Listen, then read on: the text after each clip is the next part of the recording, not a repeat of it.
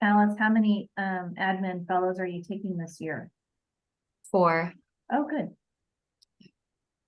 We generally have 4 first years and 4 second years, so we have 8 at a time.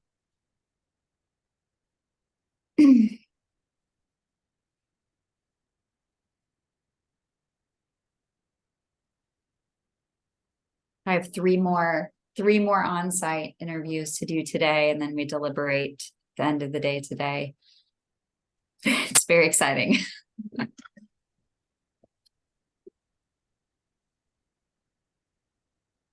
Good afternoon, everybody. Nice to see you as you're logging in. If you don't mind, we will just go ahead and drop in the chat your name and organization and your area so that people who are just getting to know everyone on the call get a chance to see who they may have a common interest with. And anybody who's here for the first time, I'll ask you to use the raise hand icon so that we can say hello to you more personally. And we'll probably give people just another minute and then we'll get going. Thanks for getting us started, Crystal.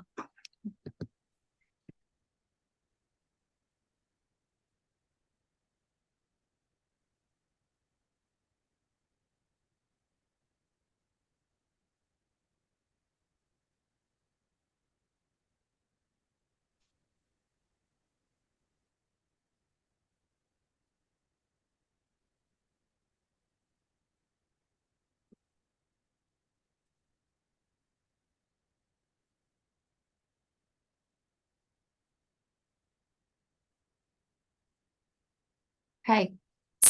All right. Steve, hello. Is this your first time? It is. Hi. Hello, everyone. My name is Steve Gibbons. This is my first time. Probably quick introduction or? Yeah, a quick introduction would be great. Okay.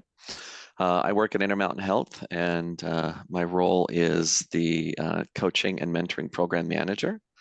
I've been in that role for about 10 weeks now, and been coaching at Intermountain Health and for about 6.5 years. And my background is in leadership, design and development, and also training. Kind of design and development is my training, if you will. So awesome. Yeah. Welcome, Steve. Happy to have you. Thank you. Anybody else who's here for the first time today? Looks like familiar faces. And one furry face. Okay. Leanne, you want to take it away? I will.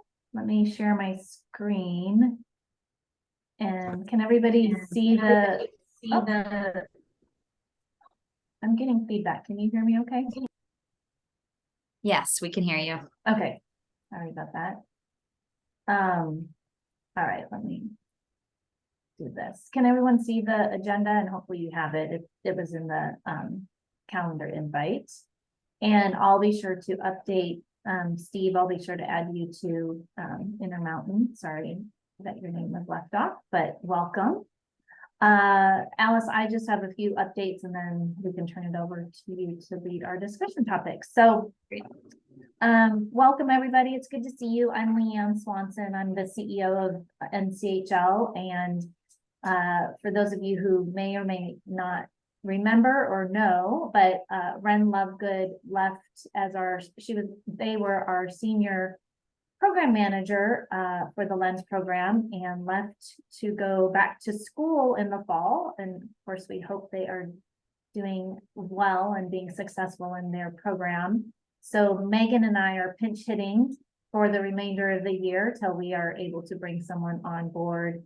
And so I'll be covering and helping with the Leadership Development Council, and Megan will be helping with our other councils. So bear with Megan and I as we help facilitate and make sure we get things loaded to the portal and agendas out, etc. So you can always reach one of us if you have any questions. But just a reminder, we are let's see, literally almost 1 month away from our all-member conference. Tomorrow will be 1 month. So hopefully we will be seeing many of you in November in Chicago for our all-member conference. We have a great lineup of sessions and networking opportunities.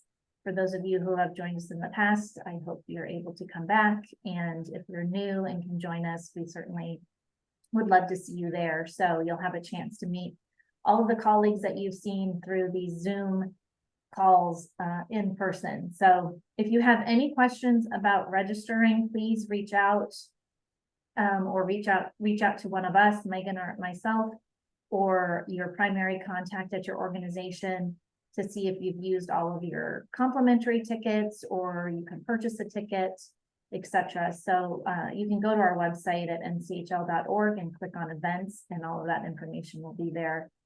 Our room block is sold out, so if you haven't already made your hotel room reservation, we have a list of alternative hotels that are within close walking distance, and hopefully the weather won't be too bad.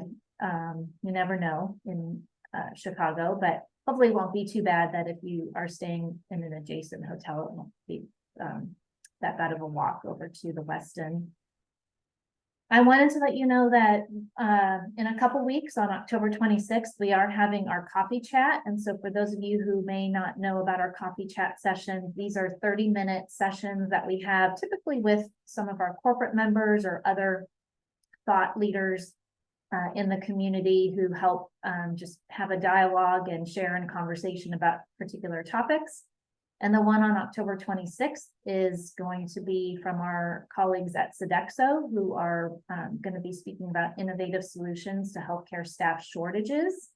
These are free webinars, so you can just, again, go to our website, click on the link here in the agenda, and register. You do need to register in order to get the link. And if you can't attend live, by registering, you'll still get the webinar recording link. So I do encourage you to do that if you are wanting to hear the conversation.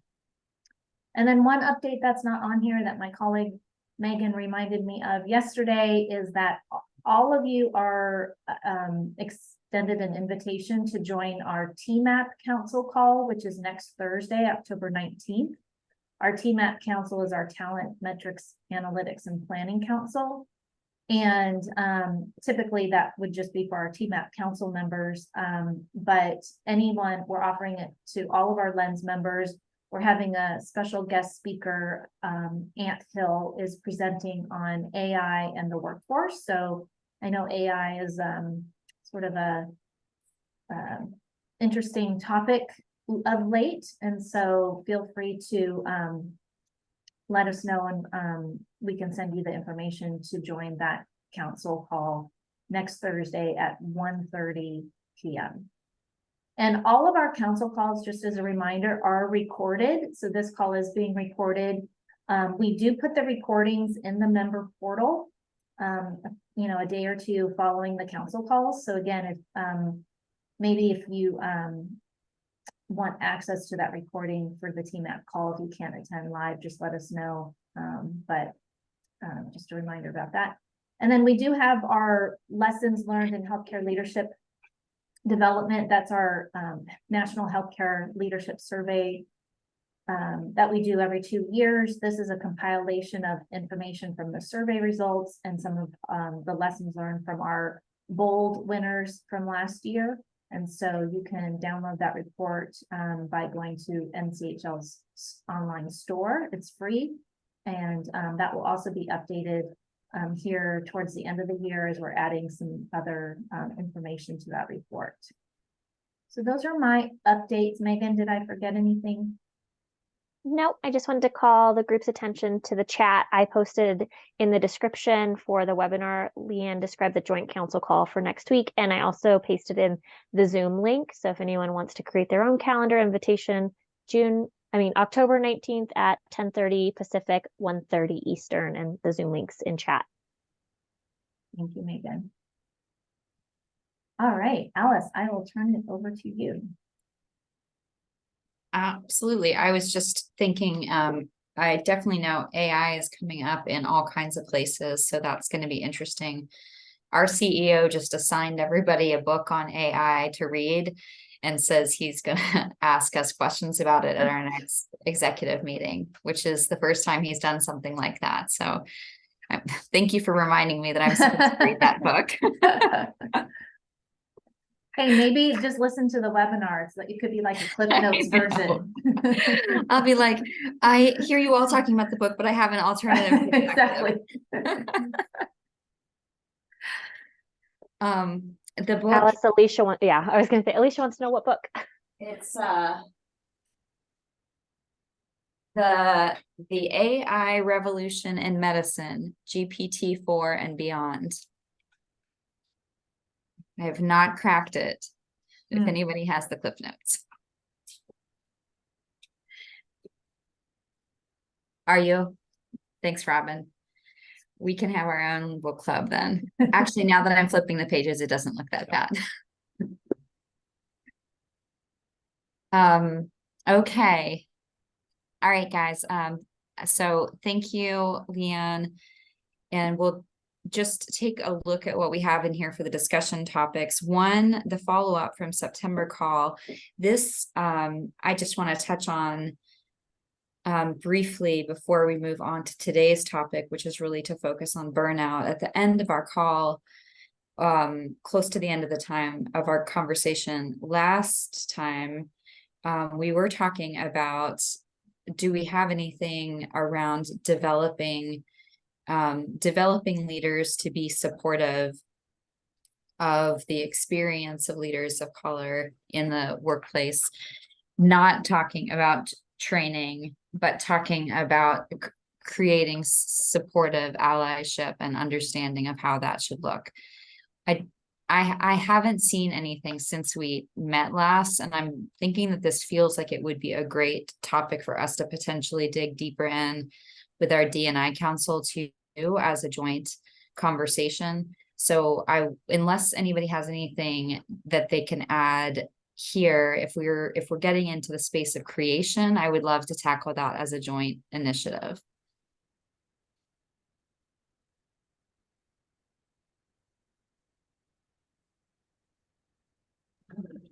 Hi, this is Kim Carter from Ohio Health. Hi, I would Carter. love Hi, Kim to. Carter. Hello. I apologize. I'm mobile and I'm off screen.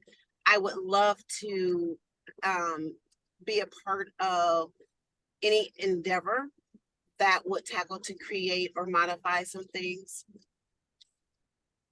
Awesome. Awesome.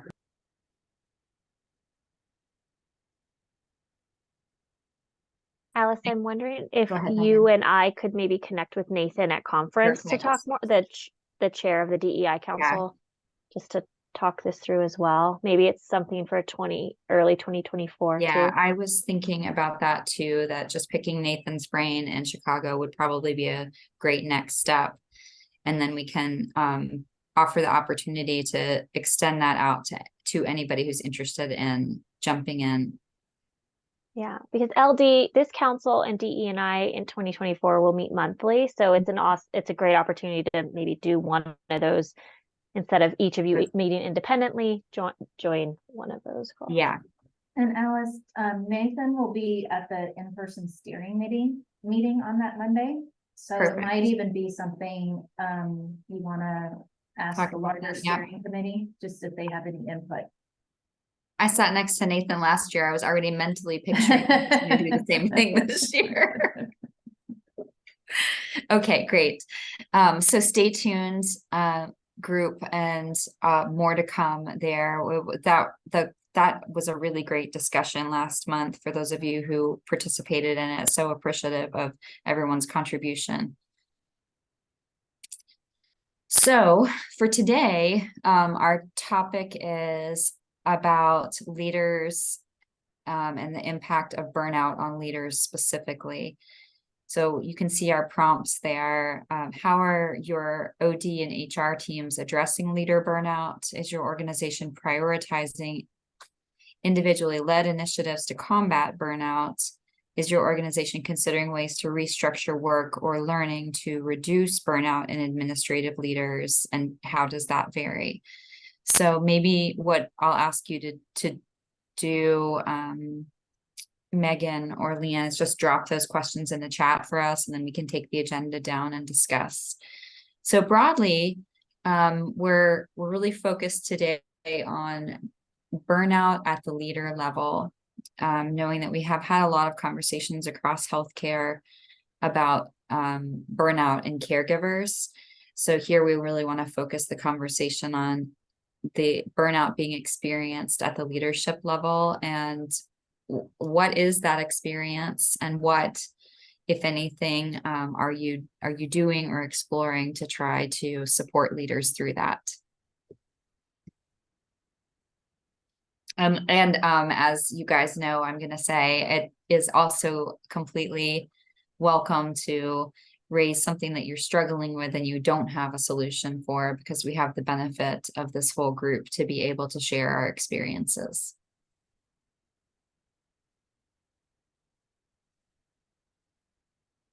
And Marie is curious too if anyone's measuring burnout. That's a great question to start with.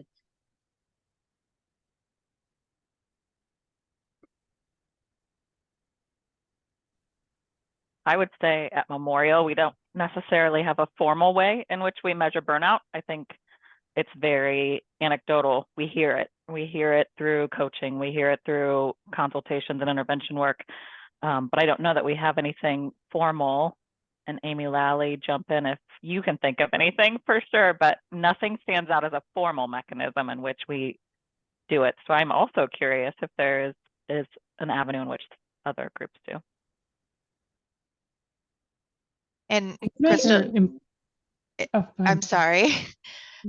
That reminds me though, we do have that kind of self-report assessment that we found very, very short.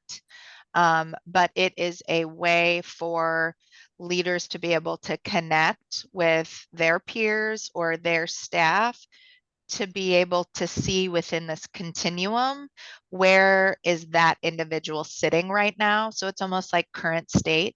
And it's, while it's self-report, it is a conversation starter. It seems like at least it gives it some sort of data outside of the emotion to be able to walk into a conversation with their leader to say, here's where I am on the continuum. Now let's talk. Thanks, Amy. Robin? At Intermountain, it's part of our, we use Qualtrics. You call it an engagement survey. Now it's called the voice survey because it's more than engagement, but it's always a big part of that. And we can get very granular with it. And we do with our physicians, nurses, our leaders, and burnout is always at the top right now. And so a few things that we do is, when we get those surveys back, it actually helps us laser focus even down to the very team of where this is happening. Our HR business partners and our LOD team come in, and they help us and do interventions. We walk through, how are you defining this? So what does burnout look like? And helping them with solutions, helping connect them with EAP or tools that can help them reduce their own burnout. Sometimes this is individualized, and then there are global solutions that help. We could probably do more, for sure.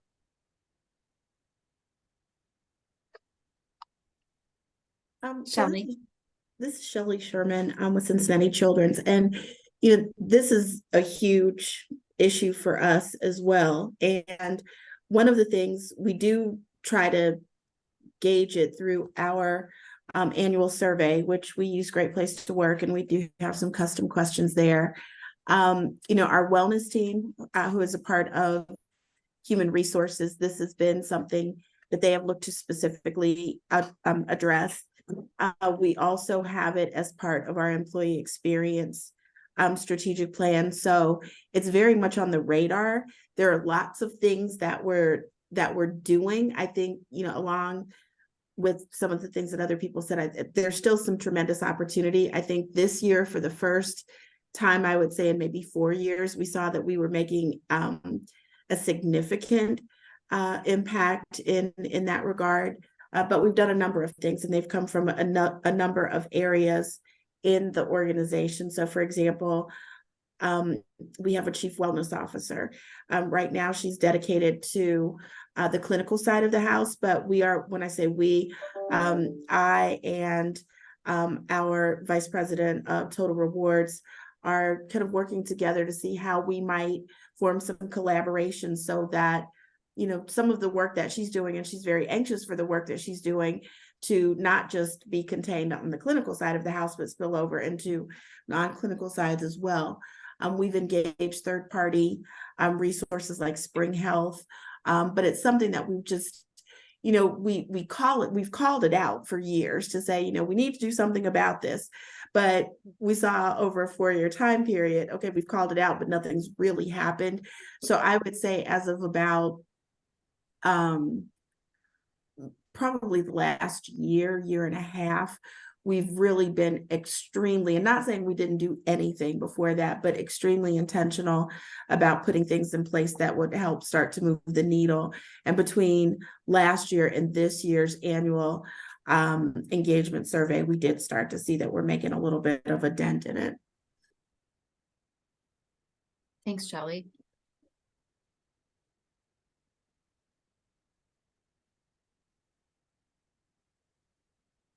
For Ohio Health, like some of you have mentioned, we do have some questions on our engagement survey, which, to your point, Robin, is really broader than an engagement survey. We do ask about the amount of job stress I feel is reasonable, and I feel like I have the resources to support my well-being. We actually saw incremental improvement in that this year. Which I have to admit, I was disappointed to see that came back that way, because that doesn't match the anecdotal evidence and the experience that people are reporting. So I'm a little concerned that for us, it doesn't reflect that people are feeling better. It reflects that they know that senior leadership is tired of hearing them say that they don't feel better. I don't know, that's Alice's story, but I'm a little concerned because what I'm experiencing is that people are more exhausted than ever, and that we've done a good job in a lot of cases of helping people with resources to address their own needs, but what we haven't done is slow down the quantity of things that are impacting their experience. So we can help you deal with the stress, but we're not removing the stressors. And that's where I wish that we could get to a little bit better. Crystal. Yeah, so it's funny that you said that, because we've also been recently having a lot of conversations about, you know, on our engagement survey, I don't think we necessarily have ever just called out the burnout piece of it, right? Like, we can use some of those questions to correlate to it. But we've been talking a lot about how annually we do this survey, and if we aren't taking action, then either we'll see a drop in engagement or suddenly the tide shifts, right? And so everybody's a 5, it's all great, it's all wonderful, but truly, like, absolutely, anecdotally, we don't see that, we don't hear that, but people get tired of saying, this is bad, you know, we're tired, we don't have what we need, if nobody's going to do anything about it either. So it just becomes kind of like a check mark, right? You did the engagement survey, but you didn't do anything with it. So that's also been a recent topic of conversation at Memorial. Thanks. Melissa. So our something that's come up probably came to a conversation in the past couple of weeks that I don't think we realized was contributing, and shame on us maybe. We've had the sense of overwhelm and the burnout and everything, and our questions on engagement survey would indicate that. And we in the past 12 months have had an organization redesign at the leadership level. And so with that, the work didn't go away. And so we've asked people to stretch into different areas and stretch to do more work. And there's more work to be done. And so that's really contributing at the leadership level. And it was needed. We were in a very bad financial situation.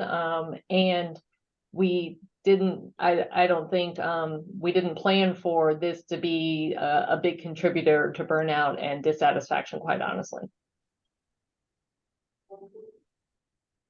Thanks for sharing that, Melissa. I definitely think we have, in a lot of places, fewer leaders doing the work where it used to be more leaders, and kind of a lack of acknowledgement of the fact that this used to be two people's jobs, but you should be okay if it's one. And some of that is obvious, some of that, as we all know in our roles, is right sizing, where there's been some bloat over the years, and in other cases it's not. It's maybe a lack of understanding about the complexity of the work.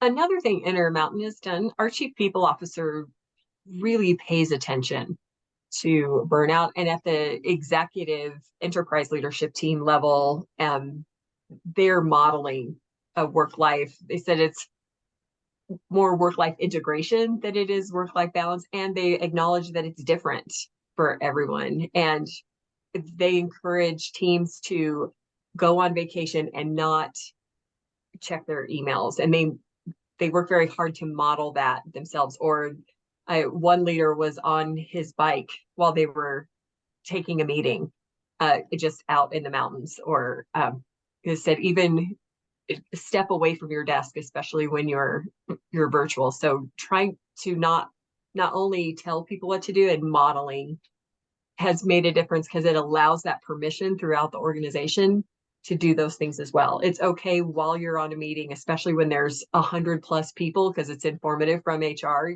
take a walk while you're doing that, or find ways, in your huddles, identify for each. Our chief people officer did that. All of her direct reports, she went around, she said, come to our huddle and tell us what's one thing we as a team can do to support you in your work-life balance. And for some, it was don't have meetings before 9, or don't. So they made these group agreements to honor each other's work-life balance, and which has really contributed to a decrease in some of our scores. That's awesome. That modeling piece is so big.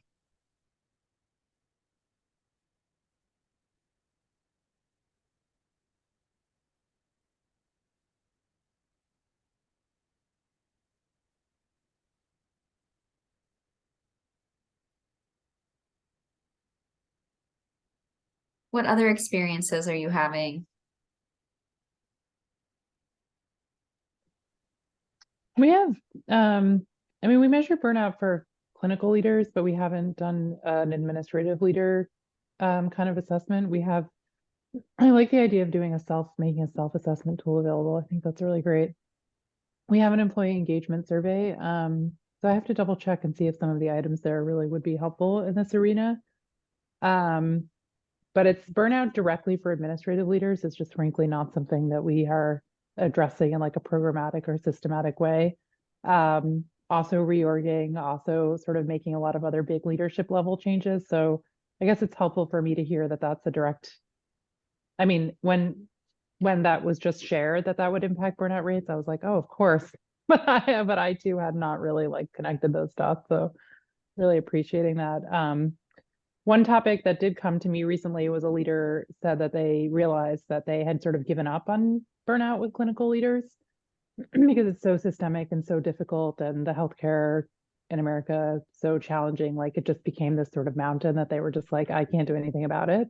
And she kind of had an aha that she was becoming part of the problem a little bit in her role. So that was a really profound moment. And we're now looking into doing peer group coaching work for clinical leaders, specifically around burnout, and looking at like a measurement, an intervention we can measure and write about our findings. So that's all in very early stages, but it was a promising development. So small bit of hope around that on that piece, but that would only be for clinical leaders. Thanks, Marie. Kim. Thank you. We're doing a few things in regard to measurement, I have been coding bi-weekly well-being check-ins separate from my one-on-ones with my direct reports, and just face-to-face, no agenda, eye to eye. I need to know really, how are you doing? And I say to them, for real, not to give me the cursory answer, but to deeply tell me and think about how you are doing. And sometimes that results in tears. Sometimes it results in perhaps an hour-long conversation, whatever it is. I am dedicating the time to listen. I found that, as Alice shared, the results of a survey say one thing, but I've seen something different. I started noticing more leave time being taken for well-being purposes, for stress, for overworked reasons. And the team is very transparent with sharing why they're taking a vacation day. Usually you're really happy to say, oh, I'm going out of town, or I'm going to take care of a family member, or so-and-so and I are going to a concert. But when you hear, I'm so tired, I'm just so exhausted, I just don't know what to do, I don't know how to help my team anymore. Those are clear indications that some things are not working as we would like. So the bi-weekly wellness checks have been working well, in that sometimes being able to just talk about it to someone who cares takes the world of weight off of your shoulders. And to give that person permission, even though they don't necessarily need it, right? Give the permission to take a step back. We talk about delegating more. You don't have to go to every meeting. Who can you delegate to be your proxy for that? We discuss the plate. Let's think and brainstorm about what are some things you just necessarily don't have to do, that the world's not going to end if you quit doing these things. So those are just some of the things that I've noticed with the leave request, with the level of anxiety, the heightened pressure, and some of the mitigating elements that I've introduced to try to help out in that space. We also created a wellness committee for our larger area meetings to block off time every quarter to do a well-being activity. And you have to report back exactly what you did. So I just wanted to share some of the things that I've been observing that lets me know that well-being is definitely an issue that has increasingly gotten worse and not better, and some of the things that we've implemented to try to address that. Thanks for allowing me that opportunity to share. Thanks, Kim.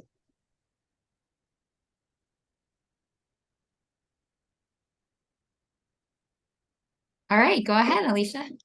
Hey, yeah, Deneen put a very detailed website links in there for MUSC and what they're doing overall, which is great. I would say that in the leadership realm specifically, and leadership development, and what we're doing with leaders, one of the things that we noticed in the advanced leadership program that we're doing for people who are already leaders at MUSC, they were experiencing burnout themselves, of course, but they were very concerned about well-being among their team members and connecting to resources. So this link that Deneen put on there is also a resource for leaders. And one of the things, actually, right after I get off this call, we're talking with one of our well-being officers, not the chief for the entire, but she does a lot of well-being work, Dr. Susan Johnson, about organizing. We have a session within that program specifically looking at well-being, not only personal, but also connecting to resources, because as we're building this, one of the things we found is that leaders did not always know all the resources that we had on campus. So we're making more of a concerted effort in leadership development to be attentive to the individual leaders' issues around their own well-being, but also to connect them to resources on campus for the well-being management of their team members. Awesome, thank you.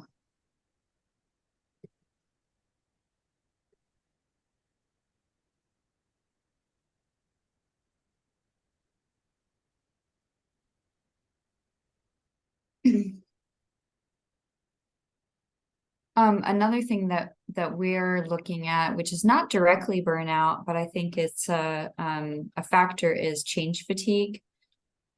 change fatigue came up, and I may have mentioned this on another call. Change fatigue came up for us as one of our highest risks identified by risk management, and it's definitely our leader population that is most experiencing that. So it's not the change management, which, you know, we do change management as a practice and as part of training, and we want to continue to do more, but it's really about the amount and the velocity of the changes coming through the organization. So that's something that we're trying to think through. How do we help with that prioritization really at the topmost level? Who lets people know what the organizational capacity to continue to absorb change is, and who is high enough up in that to be able to say no to something somebody really wants done. So we'll hopefully have some more to share as we continue on that journey. Right now, I'm trying to partner with strategy and our enterprise project management office and our lean office to try to create, not me, I'm hoping that these people can figure out how to do it, like some sort of a change impact heat map or something that helps understand, when you make a change here, here's where it's touching the organization, and here's how many different initiatives are touching the organization at the same time.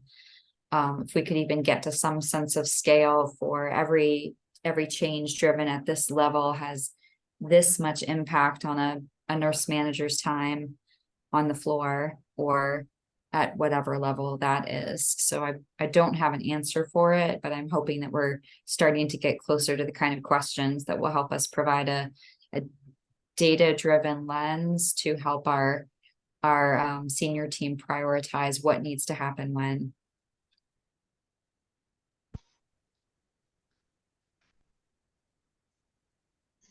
Hey, hi, everybody. I don't know what's going on that it won't let me raise hand or do any other features, which I'm finding very interesting today. But much going on what you said and what Alicia said, I find interesting is this.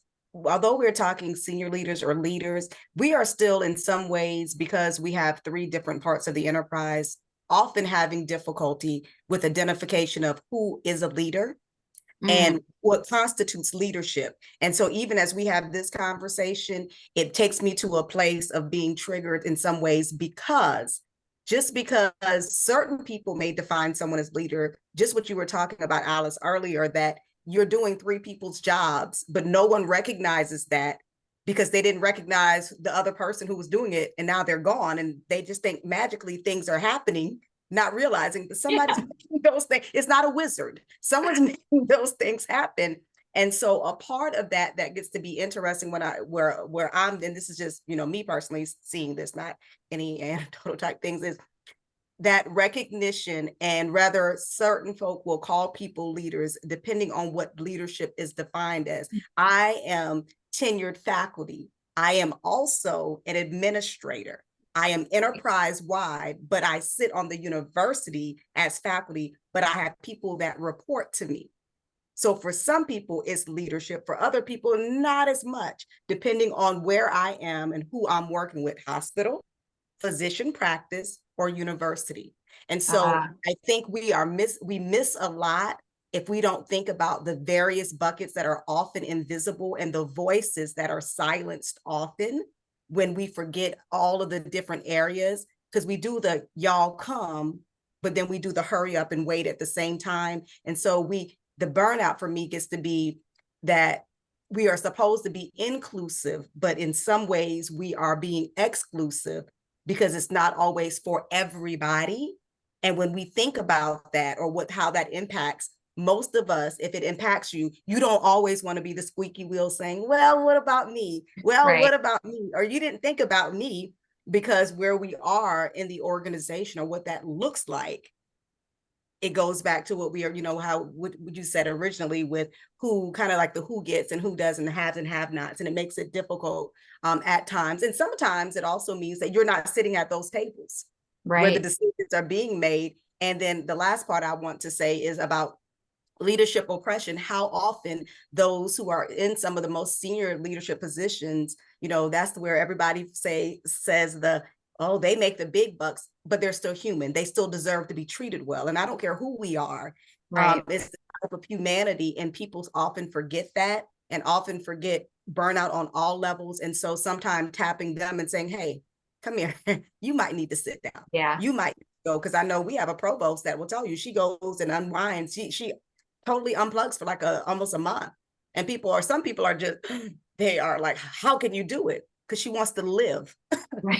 She doesn't want to die at work, you know, and it's that serious now as we watch the trends of what's going on in the world. And it's really just that real. So I think no matter how we label it, no matter what we do and how we do it. And I also think there's a racialized as well as a gender, as well as a LGBTQ or gender sexual orientation. There are many different layers and factors to all of this that we're talking about. So it's multidimensional in many ways, because certain people, it's okay for them to do what we're saying. For others, you don't have that same type of permission. And someone will say, well, you don't need permission.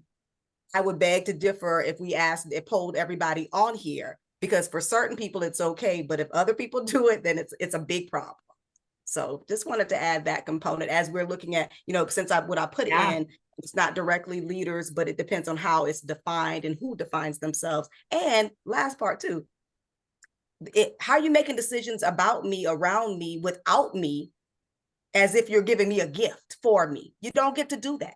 I get to have a voice. Right. And what that looks like, because it is me, because if not, there are places that will accept all of my authenticity in my leadership to be able to decide what is best for me. You may think you know, but you know, just because the decisions are being made does not always mean that those making the decisions know exactly what's right and best for everybody. So we need the various voices at the table to be able to have those conversations. And I know oftentimes that doesn't happen, because at some of the tables that I'm not at, there's no one who looks like me. And it's very different.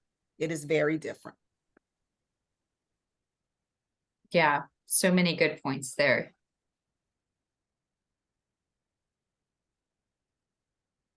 Alicia, did you have your hand up earlier?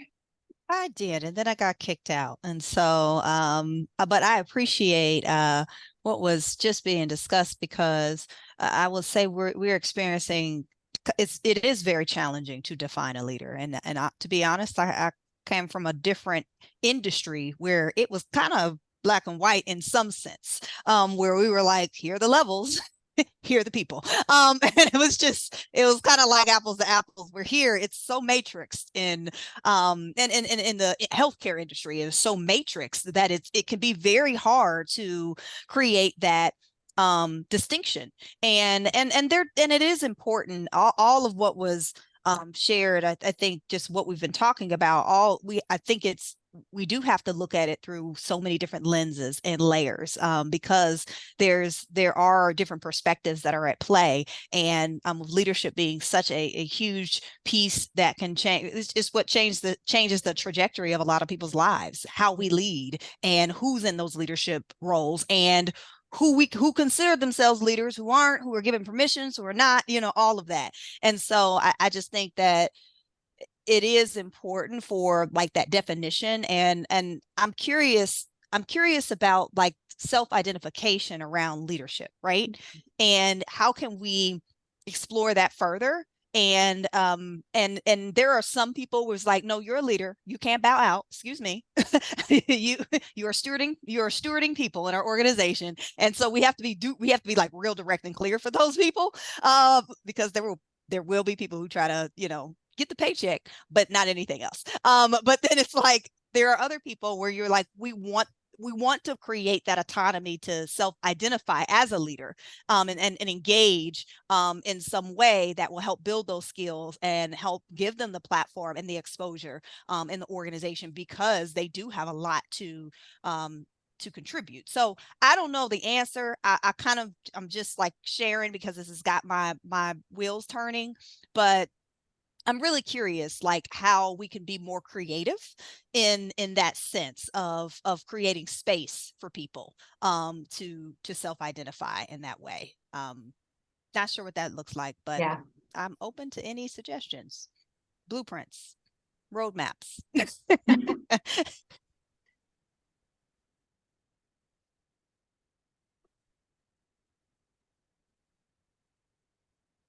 Well, oh, sorry, I Go forgot ahead, to raise my Marie. hand.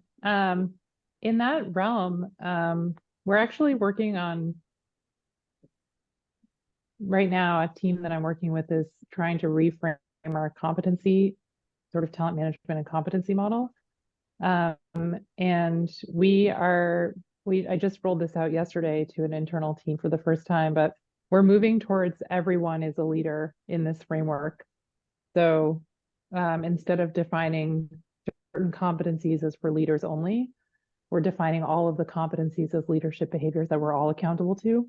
And some are more specific to the types of leading teams, and some are more specific to leading yourself, and some are more specific to leading the function.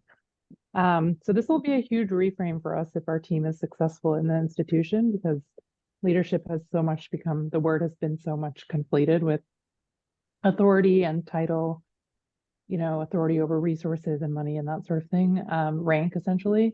And for a bunch of reasons, we've decided to try to go this other direction. So talk to me in 6 weeks and we'll see how if our team is successful in this reframe, but it's something I've been wanting to do for years in the organization, because it's just the word is, when we conflate it in that way, we like sort of take away the opportunity for everybody else to participate, or the assumption that anybody else could participate if you don't have that certain title or rank.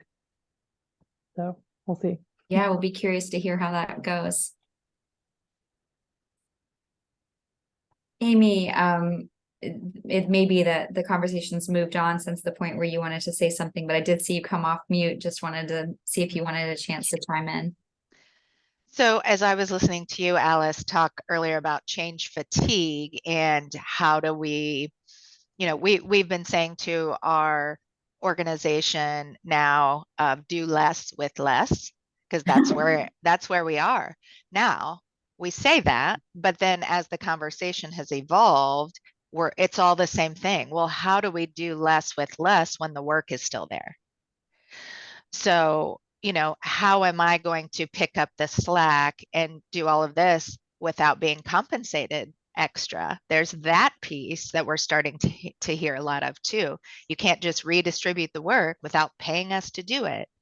Those are the types of things that we're starting to hear.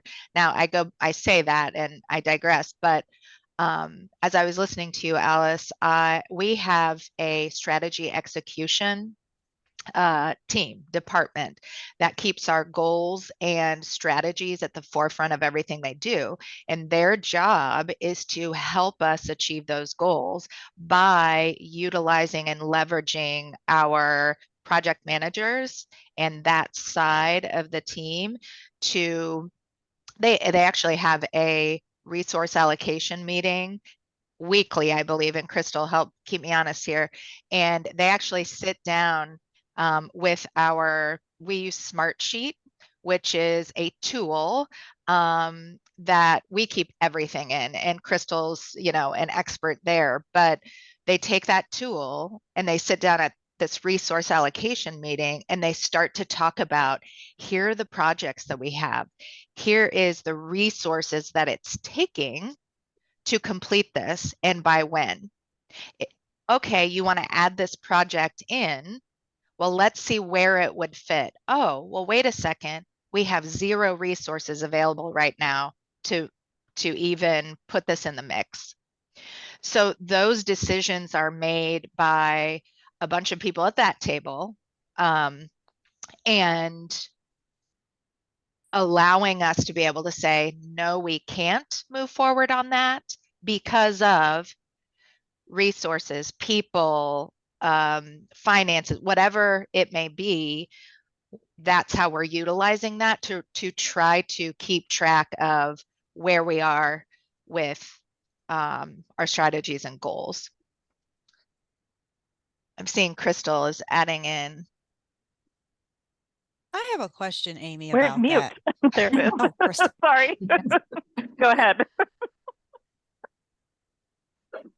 I just had a question about that. So, as you're sitting there, are you also looking at individuals for like stretch assignments? So, for example, are you factoring in individuals that may not be in certain roles or positions, but are on the succession plan or identified as high potentials, or just individuals that might want the opportunity to work on some things and be considered a resource that we're not tapping into? Because also what I realize is we tap into the same people all the time.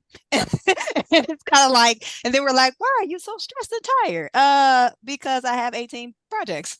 And again, there's the psychological safety. Do people feel comfortable saying no? And that, do they have the permission to say no? And things like that. So I was just curious if in that process if also there's like this assessment of the equal spreading of some of that, and seeing if like, hey, are there people that we've never tapped into that might have these skill sets, and this might be a good opportunity to give them opportunity to be exposed and shine and contribute in a different way. Yeah, that's a great point. And I think while we try to do that, we're in a space that I don't think we're doing that as much right now. Also, as the resource allocation team meets, and Crystal, it's not a matter of the individual contributors. They look at the resources as departments. So organization development, and then our leader in organization development speaks and advocates for the people. So if she knows that, hey, I've just given Amy a stretch assignment and I see her on these 4 projects and she's got this amount of leaders she's coaching, I can't do anything with Amy. So the actual strategy execution function is more so for the departments. If that makes sense. Crystal, do you please add in? No, I would completely agree with that. I think it looks at the department as a whole, and then the leader is responsible for speaking up to the individual capacity to do it. What's interesting about it, and I know happens more often than not, is if Alice were to speak up and say, you know, Amy doesn't have capacity to do it, you can either wait until she does or not. That not is more often, right? Like people will just move ahead without having all the right people at the table. And if you don't have the Amy at the table, then that means that it's possible the people will be forgotten about, and the actual process or the thing or the implementation of the technology will happen anyway. And no one will be there speaking for the people it's impacting, because that's what Amy's role is, right? So I think that's where it can be really great to have a system like that put in place. And if you aren't following the intent of the system, that it can be detrimental to those that it impacts, which is actually what I had put in when I was typing while Amy was talking, is that I think potentially that missing piece is talking about all of the downstream implications of some of these projects we put in place. We can talk about the people and their capacity to get the work done, but we forget about the change fatigue that's happening at the levels at the front line and with the leaders who are trying to do both. Yep. And if I could add, like, this is really intriguing for me, because just we're talking about prioritizing resources and what that looks like in our organization. And I can't say that I have been privy to any process like you are describing, but I see value in having certain people at the table to say, here's where we can sponsor people. Here's where we can, I hate the term kill 2 birds with 1 stone, because I'm not out here killing birds, but you know, I like the idea of saying, what are our diversity goals? And how might this intersect with this process? Like, what are our goals around, you know, again, the talent management goals? Like, how might that intersect in this process? And I'm all about, like, again, like, how do we knock out multiple organizational goals or align this with the broader strategy and find ourselves moving the needle, even in this space where we're seeing the resources, we're seeing how change management and how that's impacting us, but we're also seeing that we're able to make some movement in with some of our goals that we've set. So I know that's a lot of things at play, but I'm just curious if those connecting those things could, and having, as you mentioned, Crystal, having certain people at the table to look at the process through that lens could be potentially impactful and have a broader impact than just around just how to prioritize the resources. So just thank you for sharing that, because that has really got me excited about possibilities. Yeah, it's a direct impact to the goals of the organization, and that helps the prioritization of the projects and the requests. And then I think on the flip side, like if there's any legal implementations to, actually implementing something, or we'll have a financial, fee or whatever. If we don't do it, then that absolutely can take the forefront too. And those things that aren't tied to any of our goals, you don't see those move ahead, or you see departments just doing it without the actual process. All right. Well, I think that feels like a good break in the action. Thank you all for a lively conversation. I think hit on a lot of important things in our conversation today. Really enjoyed it. And I hope very much to see some of you in Chicago in a month. So if not, we'll be in touch in another way, and look forward to connecting with you all again soon. Bye. Bye, everyone.